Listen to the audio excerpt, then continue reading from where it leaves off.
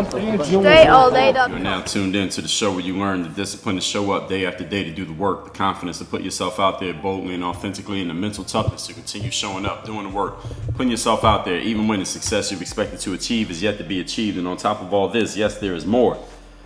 You get a huge dose of personal initiative. That's the go-getter energy that moves any of us to go and make things happen instead of waiting for things to happen. And what I'm going to do for you today is we're going to take all of this, all that mindset, all those mindset tools and that initiative to put it into action. We're going to put all this together into one philosophy, one method, one process. There is a book, there is a show, and you are listening to the masterclass that is known as Work on Your Game. My name is Dre Baldwin, also known as Dre All Day, and welcome to the show. Today's topic is how to stop accepting and how to stop purchasing your own bullshit. How to stop doing that. Now, we all become very good at it because we are the easiest people to deceive. It's easiest for us to accept bullshit from ourselves than it is to accept from anyone else because we're so close to it that we become blind to our own bullshit. Most of us are pretty smart. Studies show that people who listen to podcasts are in the higher brackets of income. They tend to be more intelligent. These are people who are looking to get better, since podcasts are not a requirement of any type of, usually any job or educational system. People listen to podcasts because they purposely want to do things to make themselves better. So you listening to this, I'm going to assume that you're probably pretty smart. We know what we want to do in life, or at least we have some general idea of what we want to do, and we have a general idea of how we want to do it. The problem is we get challenged with holding ourselves accountable consistently. Everybody has this problem, even the smart money-making individuals that you are who listen to podcasts. We all have this problem of holding ourselves accountable on a consistent basis. And because of this, since every human has this issue, we accept more bullshit from ourselves than we accept from anyone else. We allow ourselves to talk ourselves into our own bullshit more often than we would accept anyone else talking us into some bullshit. We would accept a little bit of bullshit from another person before we get to the point like, okay, this person's just full of shit. That's all they can produce is bullshit. Or we get rid of that person. We remove them from our orbit because they're producing so much bullshit that we decide that we're just not going to take it anymore. The problem is with ourselves, we can't separate ourselves from ourselves. So we just continue to feed ourselves and accept our own bullshit over and over again in life. My aim today is to fix that problem so that you stop accepting your own bullshit, at least significantly reduce how much of your own bullshit you accept. Point number one, the topic once again, if you don't remember, is how to stop accepting your own bullshit in life. Number one, step outside of yourself. The first way to stop accepting your own bullshit is you must step outside of yourself. I'll tell you a quick story, maybe one you've heard before. When I was in college, a new coach came in after my sophomore year. This new coach basically wanted to put his own stamp on the basketball program. So in very short order, within 6 months, he had removed all the returning players from the previous year's basketball team, the players that the previous coach had brought in, and he put his own players in there. I was one of the players that got caught in that shuffle, and in the process of him cleaning house, I was no longer on the basketball team, even though I had been recruited to that school specifically to be on the basketball team. Now, off the team, I'm looking at the team and I'm seeing the games. I still came to the games and saw how they were doing. And of course, I'm following how the team is going and all that because I'm a basketball player and I had plans on playing professional basketball. But now I'm in college with a year and a half left. I'm not on the club anymore. And I'm thinking to myself, at least at first I'm thinking to myself, well, this is not good, but shit, I'm better than all these players. I'm better than everybody who's still on the basketball team. And I hope the coach knows that. I hope the fans know it. I hope the players know that I'm better than all these players who are still on the basketball team. Now, maybe some people believe that. Maybe some people were thinking it. Maybe some people begged to differ. Maybe some people would argue with me about it, but I never actually published these thoughts. It's not like I was out blogging back then. There were no YouTube videos back then. I wasn't holding up signs saying, hey, I'm better than y'all and I'm not even on the team. None of that. I didn't have any of these conversations with anybody, but this is a conversation I was having with myself in my mind. So every day when I would go to the gym and work on my game by myself, or I was playing in some pickup game with the non-basketball team people, or I would go to a basketball game and watch, though many players on that team were still my friends, and watch them play, sometimes losing, sometimes winning, but oftentimes losing, which in some ways did satisfy me. The team was losing without me. But the whole point is this. I was kind of buying my own bullshit, because I was telling myself this story in my mind that even though I'm not on the team anymore, I'm better than the players who are still on the team. I had to have a more serious conversation with myself. And the conversation I had with myself was, even though I think I'm better, what's the reality that's actually going on here? What would an objective person say to me right now? And that's what I had to have that conversation with myself. I said, the objective version of Dre, what would he say to Dre right now? He would say, Dre, look, you can believe all you want that you're better than this person, that person, whoever. You're better than everybody on the basketball team, fine. You want to believe that, you can believe whatever the hell you want to believe. Nobody can change your beliefs. The thing is this, the reality, the tangible reality that we can read and measure and look at of this situation right here, what we can observe is that there's a basketball team at this school, you go to this school, and there are 12 guys on the team, and you ain't one of them. That was the objective conversation I had to have with myself so I could stop buying my own bullshit. So my bullshit was, I'm better than all these people, but the reality was they're on the basketball team and I'm not. And those two pieces of information they didn't work together. They didn't weave in together. They were not compatible. So how are you going to be better than all the people? You go to a school where there's a basketball team. The best basketball players play on the basketball team. You're not on the basketball team. So how can you be the best basketball player? It just doesn't make sense. I had to have that conversation with myself. The challenge was I couldn't get back on the basketball team because of my situation with the coach. So I decided, all right, how can I go above this problem? I talked about this in my book, Working Your Game, how to go over the top of your problems. So I couldn't fix that actual problem, but what can I do that renders this problem irrelevant? What can I do in basketball that takes the challenge of me not being on a college team? How can I make that whole point irrelevant? How can I make that reality not matter anymore? The only way I can make that reality not matter anymore is that I had to go to the next level. The next level was I had to make it in professional basketball. So when people ask me what are the main things that cause you to become a professional basketball player, often players ask me about, your jump shot, how many shots you shot a day, how high was your vertical, how many points did you average, and these tangible things that people can do or they can measure. But it was really me knowing that I had to go over the top of a problem that I discovered when I had a serious conversation with myself, and I stopped allowing me to buy bullshit from me, that I had to go over the top of this problem. So that was one of the main drivers that led to me becoming a professional athlete. Now, was talent involved and skill and working on my game and hustling and selling myself? Did all those things factor in? Absolutely they did. But without having that conversation with myself of knowing that I need to go over the top of this problem and stop buying my own bullshit, I might not have made it. Mental toughness, ladies and gentlemen, grows from the conversations that you're willing to have with yourself. The tough conversations you're willing to have with yourself. The real conversations that you're willing to have with yourself. When you're willing to tell yourself, okay, the story that I've been feeding myself and I've been living off of for the last 3 months or 3 weeks or 10 minutes, all right, this is a bullshit story that I'm telling myself. The story sounds good and it allows me to rationalize the situation to make it sound all right in my mind, but I know that this story is bullshit. When you're willing to have enough of those conversations with yourself, that's how you build your mental toughness. And if you haven't had too many of those conversations with yourself, that explains your lack of mental toughness. And the thing is this, the more of those conversations you're willing to have with yourself, the more mentally tough you become. And thus, when you get into situations in life, when life is having one of those conversations with you, when life smacks you in the face, when your boss or your supervisor or some random person says something or does something that affects you in some type of way that you don't want to be affected, the mental toughness that you've built from the conversations you have with yourself will have you steeled and ready to handle life having those conversations with you. Life will not be able to smack you around as easily when you have been willing to smack yourself around, metaphorically speaking, hopefully, in your own life, in your own mind, with your own self-conversation, your own self-talk. Point number 2. Today's topic is how to stop accepting your own bullshit. Show yourself the same respect that you would show an audience of 1,000 people or 1,000,000 people or a drill sergeant or somebody that you respect highly.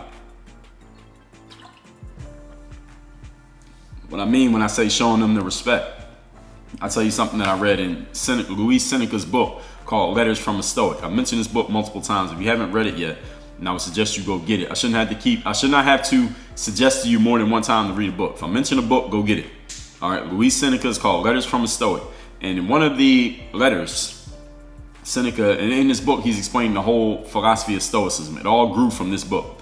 Seneca says, pretend, and I'm paraphrasing him, pretend that you have an attendant watching over you at all times. Now I'm going to quote Seneca. Quote, any man in whose presence even abandoned wretches would check their impulses, close quote.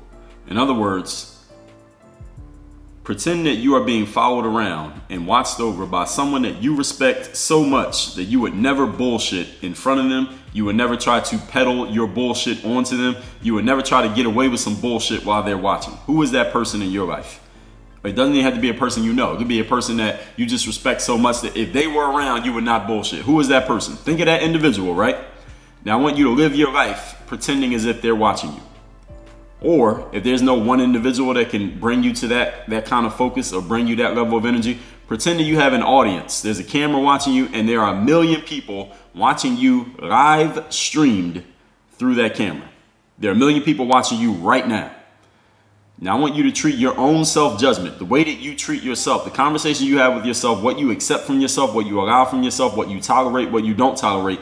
Treat your own self-judgment as if that one person, that guru, that expert, that mentor of yours, that person you really look up to, treat yourself as if that person's sitting right there watching what you're about to do or watching what you're doing, or as if there are 1 million people watching you and you don't want to embarrass yourself in front of an audience of 1 million people because they're going to let you know about it. And when you do that, here's what's going to happen. When you do what Seneca said, pretend that you have someone watching you who's a man who's in whose presence, even the people who care so little about themselves and about their own self-esteem and their self-dignity, even they would check themselves in front of this person. Who is that person that you respect that much? That a person who just has no self-respect would develop some self-respect if they were watching. Who is that person for you? If you treated your life as if that person was watching, you would not let yourself off the hook as much as you allow yourself off the hook now with nobody watching.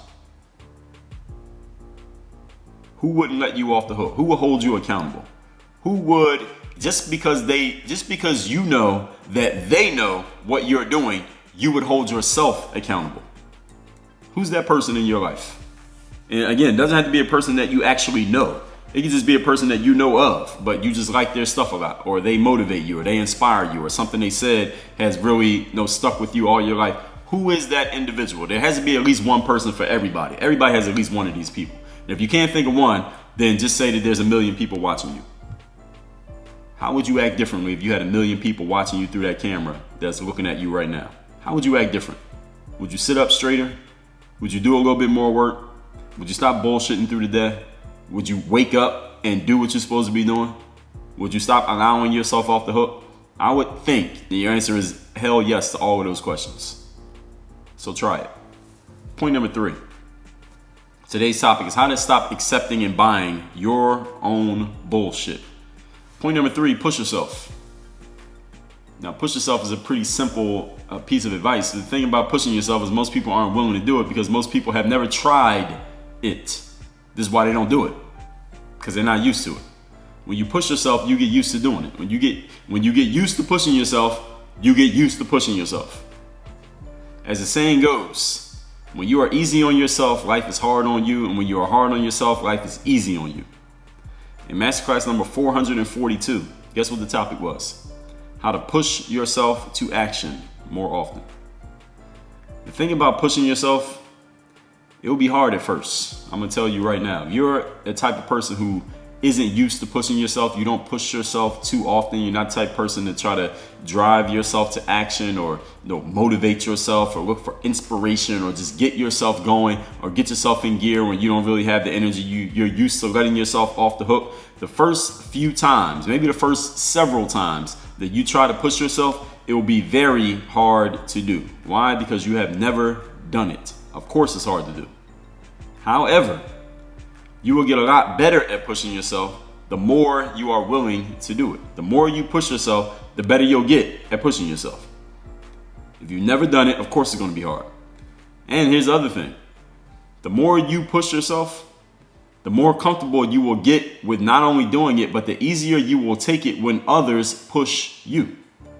See, the thing is, when a person is very resistant to being pushed, the reason why people are resistant to being pushed? Any of you if you're the type of person who, when someone pushes you, And I don't mean physically pushes you. You understand what I mean? They're trying to drive you to action, and you kind of reject it. You don't really like it, and you let them know that you don't like the fact that they're trying to push you to action. If you're that type of person who rejects being pushed, it's because you don't push yourself at all. That's why when someone else does it, you're not used to it and you reject it. But if you're the type of person who is used to pushing yourself, when someone else pushes you, you might not like it, but you can accept it because you know what it feels like to push yourself. You know what it feels like when someone's trying to tell you, like, look, what you're doing, you need to give a little bit more. You need to go a little bit harder. You need to move a little bit faster. You need to get a little bit more done. I'm going to push you to do it. You actually can appreciate when another person is willing to push you because you know what it feels like to be pushed. You are used to it because you've been doing it to yourself.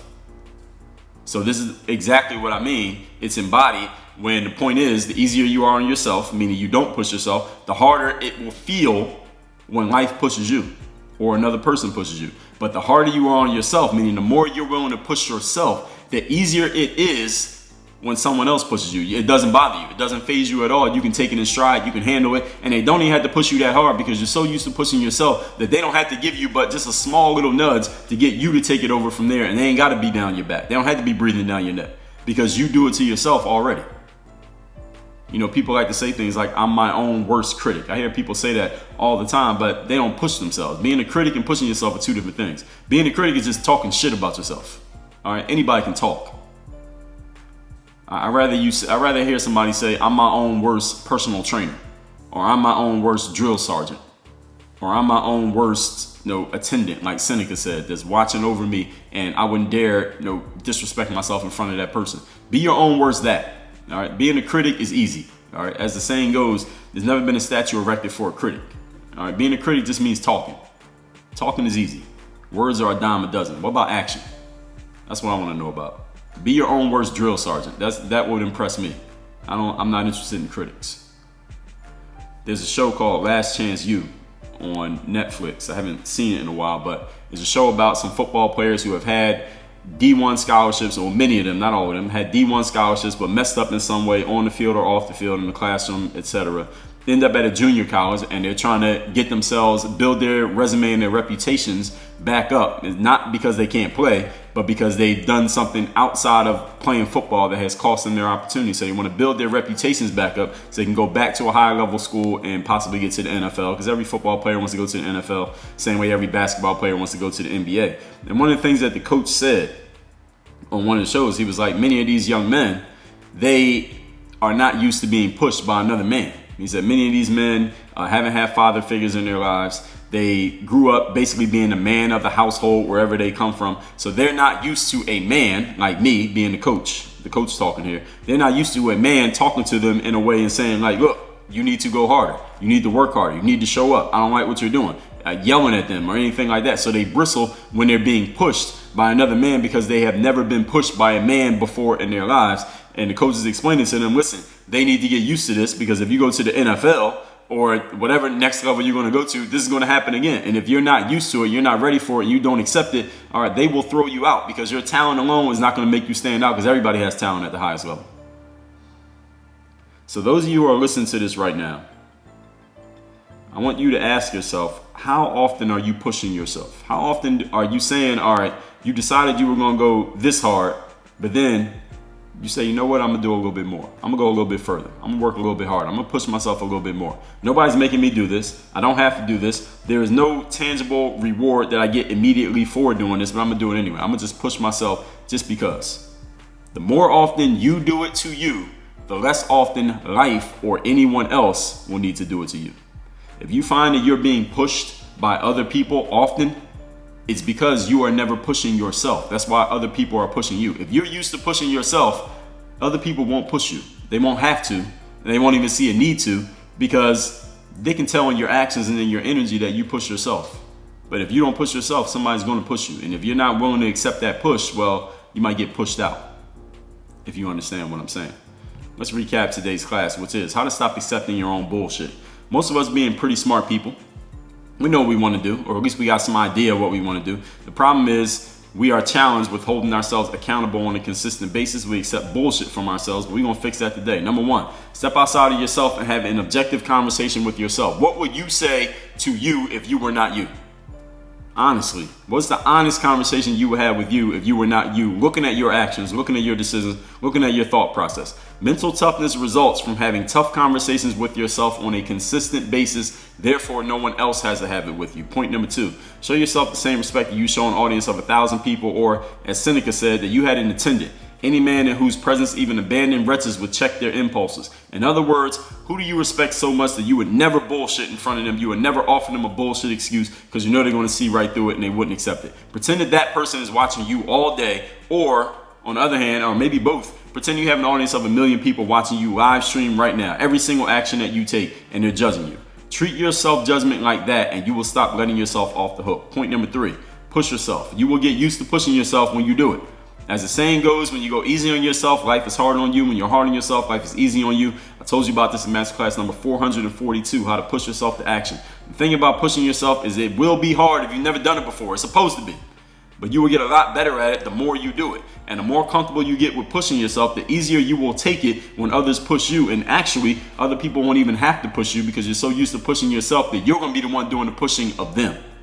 Work on your game. Dre all day.